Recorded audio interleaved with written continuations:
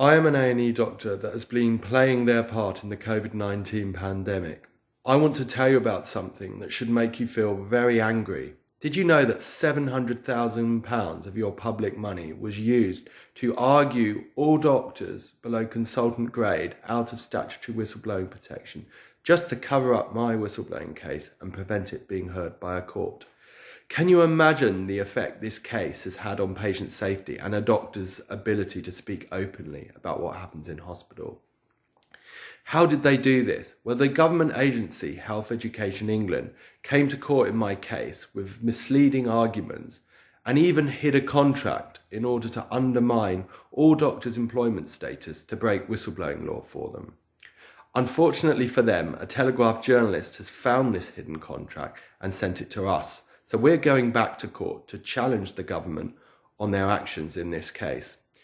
Now, it's worth saying that the law firms involved in this are the same law firms a member of the public will go against in either a coroner case involving the NHS or a negligence case. So it is really important that these law firms are held to account. This is a really big deal. It's even been discussed in Parliament. Where Health Education England were effectively seeking to remove around 54,000 doctors out of whistleblowing protection by claiming that they were not the employer. 4 years and hundreds of thousands of pounds later, they eventually backed down and accepted they should be considered an employer after all. I'll give way. I'm very grateful to my friend for giving way. Is he aware that a contract which was between Health Education England and trusts, which demonstrated the degree of control that Health Education England has over the employment of junior doctors, was not disclosed for some 3 years in that litigation. And it was drafted by the very law firm which was making loads of money out of defending the case against Chris Day. And when I raise this with Health Education England, they won't give me a proper response because they say the case is at an end. Does he agree that this is totally unacceptable and that it smacks of unethical behaviour by the law firm to make money out of not disclosing a contract that they drafted themselves? So why would HEE want to argue the nation's doctors out of whistleblowing protection and undermine their long-term employment status? Well, you'd have to ask them that, and we intend to, in court. £700,000 of public money was spent by the NHS in defending against that claim, in large part attempting to deny junior doctors whistleblowing protection against Health Education England. Lawyers, disgustingly, were enriched. I asked the former Health Secretary, Jeremy Hunt, about all of this and even met up with him in his office. We discussed the possibility of all this amounting to a contempt of court. He promised to look into it, and then a few weeks later, he became the Foreign Secretary. Good afternoon, Mr. Hunt. My name's Chris Day. I'm a junior doctor. I'm going to be nice to you, I promise. So my question is about whistleblowing and patient safety. I know that's an issue close to your heart, which is why this question you may find somewhat inconsistent to your position. So in February 2015, within 2 weeks of the Francis report being published, legal arguments were advanced to essentially prevent my whistleblowing case being heard by an employment tribunal, but had a more global effect on all whistleblowing protection relating to junior doctors. And now a Court of Appeal judgment has also confirmed had an effect on hundreds of thousands of agency workers, thus depriving them of statutory whistleblowing protection by way of the Employment Rights Act. You may be aware of it. But it's essentially depriving hundreds of thousands of workers of statutory whistleblowing protection. So the Court of Appeal ruled that the arguments advanced by you and HE were legally flawed and essentially threw them out a few weeks ago, which you may or may not be aware of, but I'm sure you are.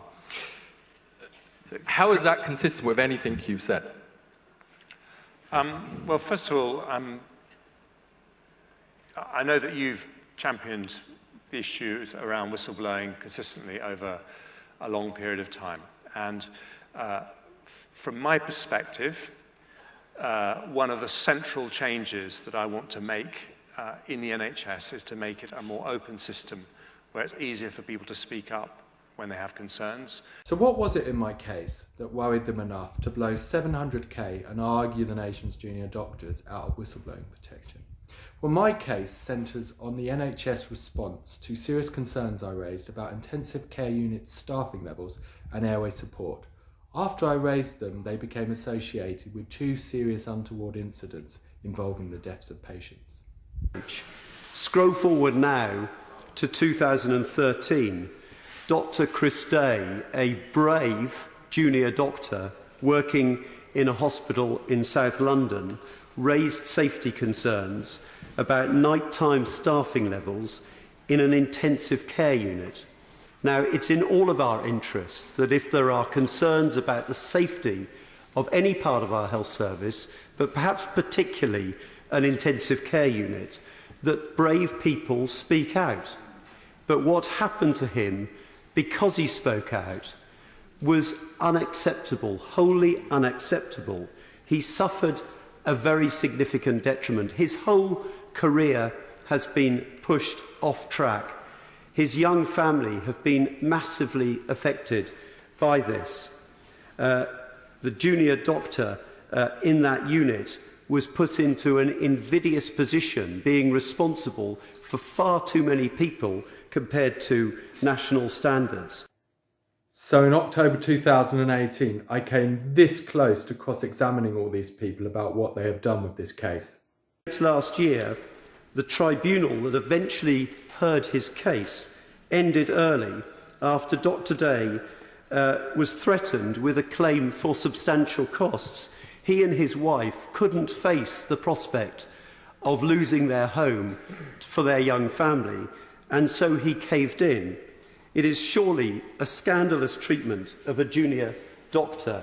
He was defeated by superior firepower. We have the grotesque spectacle of the NHS of all organisations deploying expensive QCs to defeat a junior doctor who raised serious and legitimate patient safety issues.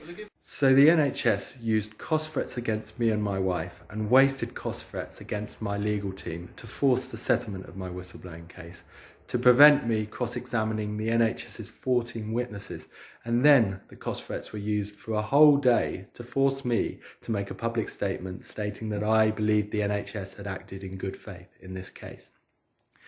Astonishingly, the NHS has denied that costs were used in this way or at all to MPs and to the press, and have stated the claim that I say they were is simply untrue. It is obvious that not everyone can be telling the truth about the way this case settled, but successive judges have turned a blind eye to this fact and have refused to allow me to set aside the settlement agreement.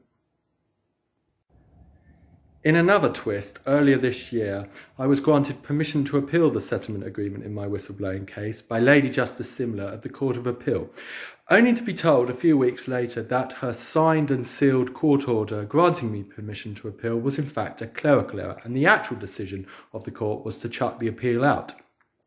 Her reasoning is brief to say the least and doesn't really deal properly with any one of our grounds of appeal.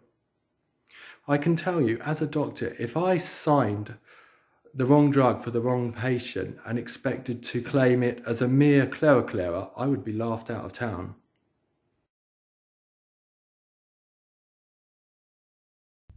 So we're going back to court for 3 hours on the 13th of November and then for 15 days from the 1st of March 2021. So why is this case important?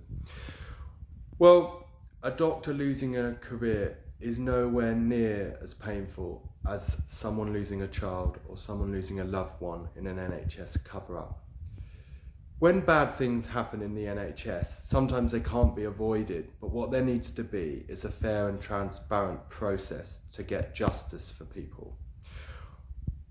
What families don't need is NHS lawyers and NHS managers not being honest or playing games to hide the truth or prolong the agony of people involved in often very, very painful situations. I think we need to stand together and stamp this practice out. It is obviously a widespread problem in the way NHS litigation is conducted, And I think as doctors and as patients, we need to say enough is enough. It's also wasting a huge amount of money.